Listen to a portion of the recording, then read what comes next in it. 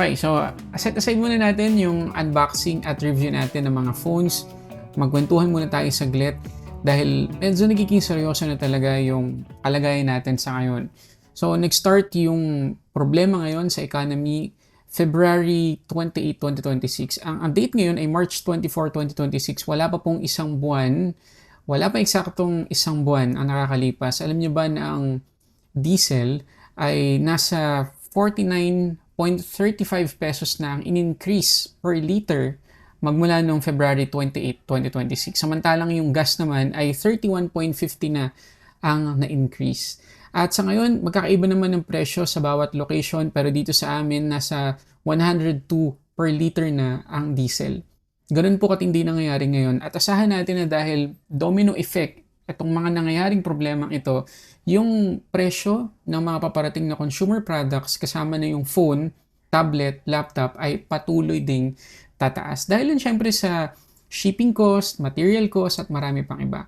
So pag-uusapan natin sa video na to, pagkukwentuhan natin saglit, yung mga ilang ways na pwede nating gawin para mas makatipid tayo sa pagbili natin ng mga tech products, especially phones. Okay, so dalawang scenario yung pag-uusapan natin. Unang scenario, due date na talaga.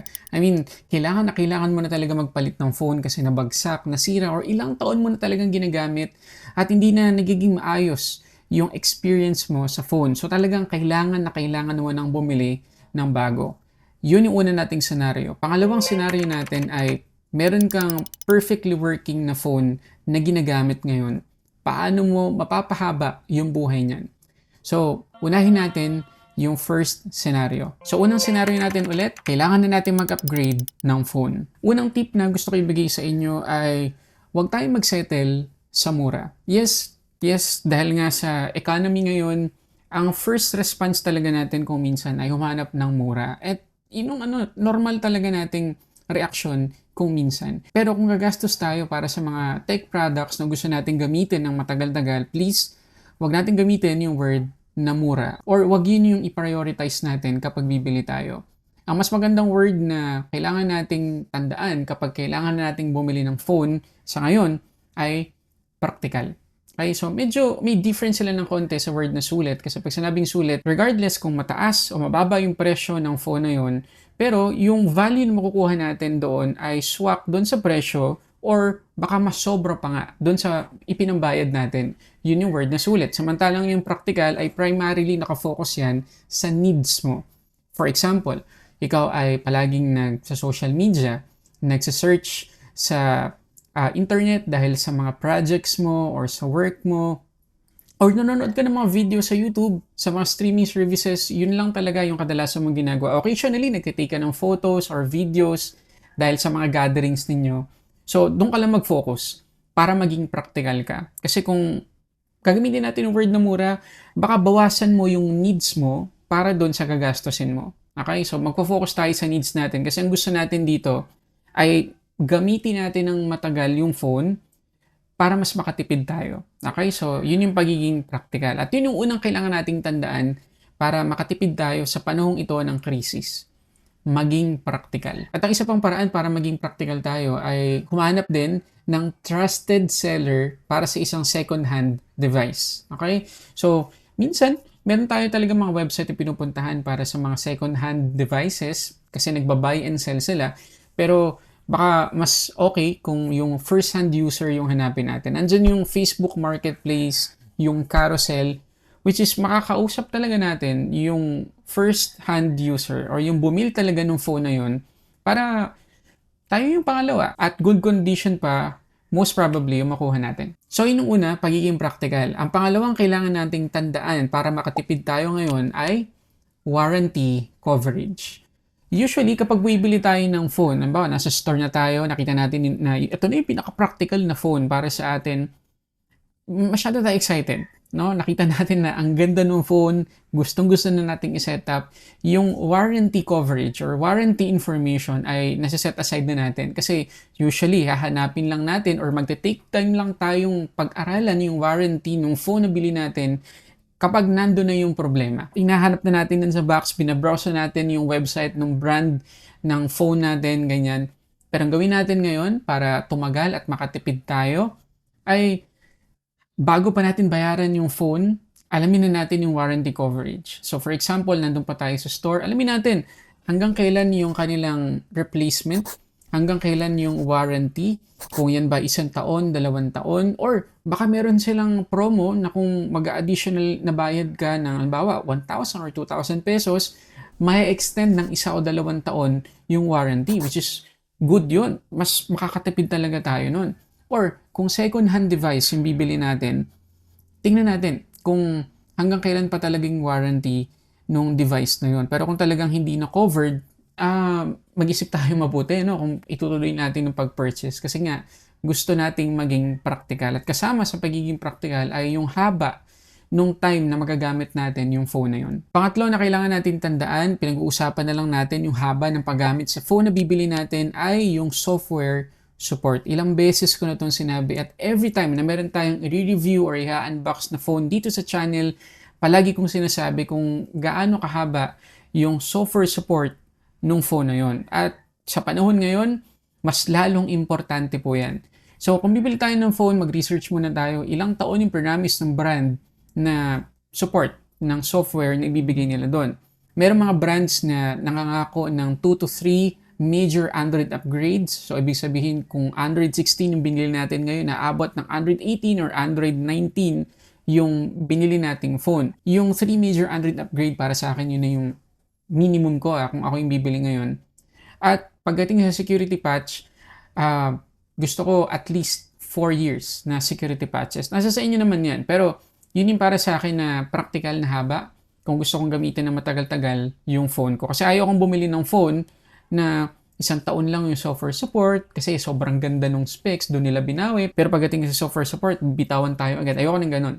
So, gusto ko, kung ako lang naman, yung bibili ng phone ay matagal yung matatanggap kong update para mas secured yung phone habang tumatagal. Panghuli at pang-apat na kailangan ninyong tandaan para makatipid tayo sa panahon ngayon ay battery capacity. The larger the capacity, the better. Kasi tandaan ninyo yung battery health na palagi nating naririnig ngayon. Dati hindi masyado kasi concern lang yan ay yung mga iPhone users kasi meron talagang battery health doon sa settings na pwedeng i-monitor from pagbili natin hanggang sa ilang taon na natin ginagamit. At yun yung magiging basis kung kailangan na nating palitan yung battery ng ating iPhone.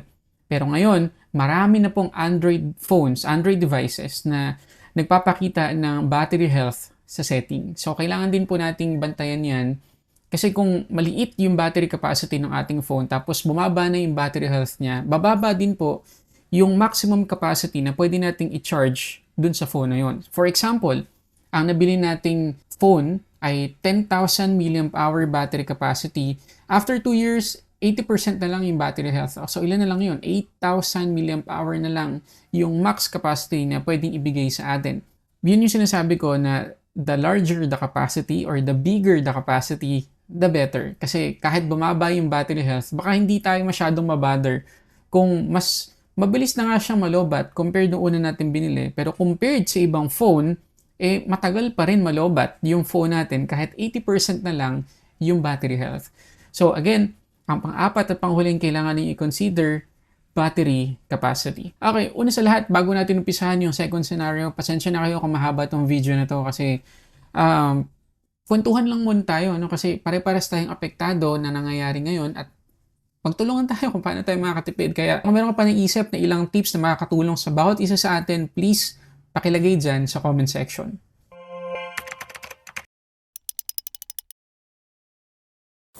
Unang kailangan natin gawin dito sa second scenario natin ay harapin yung reality na hindi mo kailangan bumili ng bagong phone. So, titigan mo yung phone na ginagamit mo ngayon. Kung perfectly fine yan, perfectly working yan, walang problema na binibigay sa atin, titigan mo ngayon at i-cherish mo yung binili mong phone na yan. At i-promise mo sa sarili mo na matagal mong gagamitin yan bago ka mag-upgrade. Okay, harapin mo yung reality na hindi mo kailangan bumili ng bagong phone kasi nga perfectly working yung phone mo at mahaba pa yung software support, okay pa yung battery niyan at marami pang iba. Pangalawa na kailangan mo tandaan dito sa second scenario natin ay dahil meron kang perfectly working phone ngayon ay bumili ng legit at matibay na case. Ay, phone case yung pinag-uusapan po natin.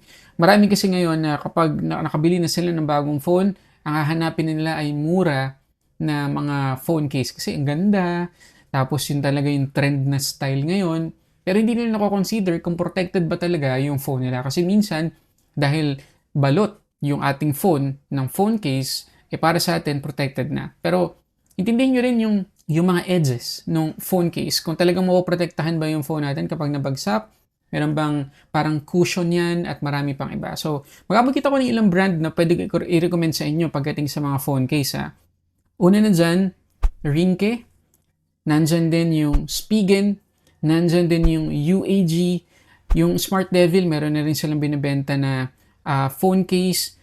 Marami pa actually, pero yun yung unang pumasok ngayon sa isip ko. So, again, madali naman yung madali yung ma-distinguish sa mga online stores ngayon kung mumurahing phone case ba yan or trusted at talagang subok na phone case na yan. So, again, yung ating pangatlo, bumili ng legit branded case. Pangatlo na kailangan mong gawin or tandaan ay bumili ng maganda at trusted na tempered glass. Kanina phone case yung pinag-uusapan natin, pero ngayon magre-recommend ako na bumili ng maganda po, no? Maganda at legit talaga na tempered glass. Kasi mayroong mga tempered glass ngayon na mura, kagaya ng mga phone cases. Marami tayong bibili yan sa TikTok, Lazada, Shopee, kung saan man, kahit sa mall. Napakadami po nag-aalok. 9H protection, mga ganyan. Pero kapag tinignan na ninyo, tinignan pa ng mas deep yung brand ng tempered glass na yun, wala talaga magandang reputation. Baka tempered glass nga, pero madaling mabasag. Baka tempered glass nga, pero hindi magbibigay talaga ng protection sa screen ng ating phone kapag bumagsak na. So I suggest, doon kayo sa trusted na brand ng mga tempered glass. Kung nakabili tayo ng phone, sigurado, kaya rin natin bumili ng mga ganitong klase ng accessories. Kasi huwag natin pang hinayangan yan. Yan yung magiging isang susi para tumagal yung ginagamit nating phone sa ngayon. So bumili tayo ng, halimbawa, Ugreen, meron na silang tempered glass ngayon, nasubukan ko na yan. Merong Smart Devil, ilang beses ko na po nasubukan kahit sa mga tablet na ginagamit ko. Meron din ang UAG, meron din ang Spigen, at marami pang ibang mga kilalang brand sa ngayon. So, ang bottom line, huwag kayong mag-settle sa mumurahin na tempered glass. Pang-apat na kailangan natin gawin dito sa second scenario natin para tumagal yung ginagamit nating phone ngayon, slow charging. Yes, baka ang nabili nating phone ay napakabilis talaga ng max speed ng kanyang charging, pero I highly suggest na wag niyong gamitin palagi yung fast charging na yan kasi yan po yung madaling magpa-generate ng unnecessary heat sa battery ng phone natin na magiging dahilan para yung battery health ng phone natin ma-degrade ng mas mabilis compared sa normal use. So, kung hindi naman po tayo nagmamadali, halimbawa, matutulog na tayo, charge natin yung phone natin, doon tayo sa slow charging. Gumamit tayo ng kable na mabagal po talaga yung kaya na current sa charging, halimbawa 10 watts, 20 watts, 15 watts, ganyan. Tapos gamit tayo ng power bank na merong USB-A. USB-A usually yun talaga yung mga mababagal sa ngayon sa power bank. So yun yung kadalasan ginagawa ko. Hindi naman palaging power bank yung gamit ko, pero gumagamit ako ng charger na may USB-A. Tapos gumagamit ako ng cable na pang slow charging lang, at doon ko charge yung iPhone ko, lalong-lalo na kasi ang iPhone ng isa sa talaga medyo sensitive pagdating sa heat. Kaya yun din yung masasuggest ko sa lahat ng phone users, mapa-Android man yan or iOS, please use slow charging. Gamitin lang natin yung pinakamabilis na charging speed ng phone natin kapag nagmamadali po tayo. Kung emergency na talaga, kaya mag-fast charging na tayo. Pero, yun nga, sa everyday na paggamit natin, kung hindi naman kailangan, slow charging. Panglima na kailangan natin gawin para tumagal pa sa atin yung phone na ginagamit natin ngayon ay mag-update po, mag-update ng ating software. Yes, marami pa rin sa atin, guys, ang naniniwala sa myth na kapag nag-update tayo ng software, mas babagal yung phone natin, masisira yung phone natin. Well, alam nyo, yung mga brands sa ngayon, ingat na po sila na magkaroon ng ganyang issue dahil napakadami na po sa atin ng aware sa ganyan. So kung meron mang mga bug ang phone natin sa ngayon dahil sa operating system, baka sa susunod na software ay ma-fix na yan. Kaya please, mag-update po tayo. At yung mga security patches na sinabi ko kanina na kailangan na tingnan sa mga phone natin, kasama po palagi yan sa mga software updates. Kaya mag-update po tayo para mas maging secured yung phone natin, mas maging maganda rin yung battery consumption at mas tatagal yung ating phone. Pang-anim na kailangan natin gawin para mapatagal pa yung phone na ginagamit natin ngayon ay cloud storage. Baka kasi yung nabili nating phone sa ngayon, kulang na yung storage. Lalo na kung gagamitin natin ng ilang taon pa, baka maliit na yung phone storage. Ano ba? 128 gig lang o kaya 256 gig. Ang solution po ay cloud storage. Madami pong free dyan na nag-o-offer ng 10 gigabytes, 15 gigabytes, ganyan.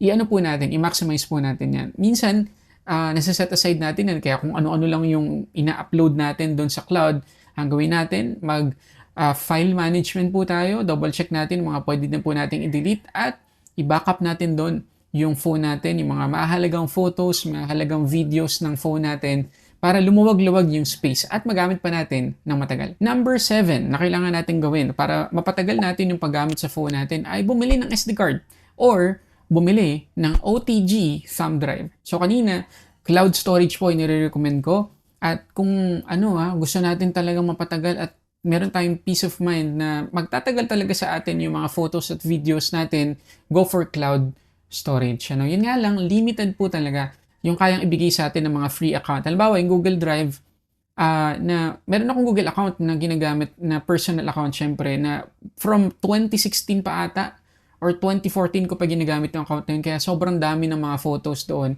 At yun nga, patunay lang yun na napagkakatiwalaan naman natin yung mga cloud storage at hindi nila i-delete basta-basta yung mga files natin. So, yun yung sinasabi ko kanina. Pero dito, sa pagkakataong to, kung talagang kulang na kulang sa atin yung ganong kalaking free storage sa mga cloud services ngayon, bumili na po tayo ng SD card. Kung merong micro SD card slot yung ating phone. Pero kung wala, OTG thumb drive yung pwede po natin bilhin. Pero trusted yung bibili nyo. Huwag yung mga murang 1 terabyte na 200 pesos lang. Di po totoo yun. Bumili po tayo ng mga thumb drive or SSD external drive na trusted yung brand. Halimbawa, Samsung, Orico, meron din silang ganyan.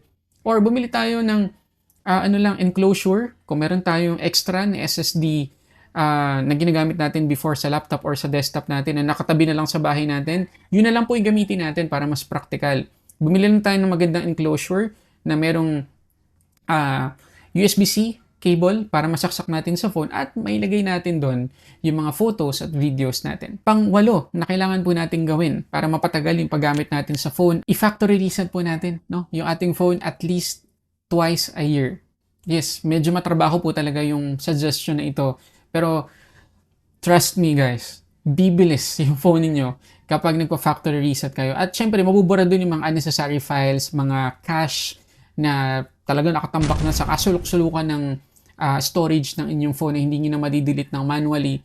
So, mas maganda i-factory reset po ninyo ang inyong phone para din matanggal din yung mga unnecessary spyware kung meron man para maging malinis palagi yung phone ninyo. Kagaya na sinabi ko, matrabaho ito kasi kailangan ninyong i-backup muna yung phone or mga files ninyo tapos mag-install na naman kayo. Pero trust me guys, worth it yan. Panghuling tip na gusto ko ibigay sa inyo para doon sa mga gustong patagalin pa yung paggamit. Sa current phone nila, mag-restart po tayo ng phone every day. So, ito yung isang habit na kailangan po nating ma-improve talaga as phone user. Usually kasi kapag ginamit natin yung phone, mare-restart na lang natin yan kung may software update. Di ba? Aminin nyo. O kaya, i-restart lang natin yan kapag nag-hang na talaga yung phone natin. Which is mali. Mas maganda po kung everyday or kung talagang hindi kaya ng schedule natin, every other day, i-restart po natin yung phone. At kung may boses lang yung phone natin, nakakapag-isip at nakakasalita lang talaga to, magpapa-thank you talaga sa atin. Kasi parang din yan guys. Parang tayo din mga tao. Kailangan nating matulog, no? Kailangan nating magpahinga.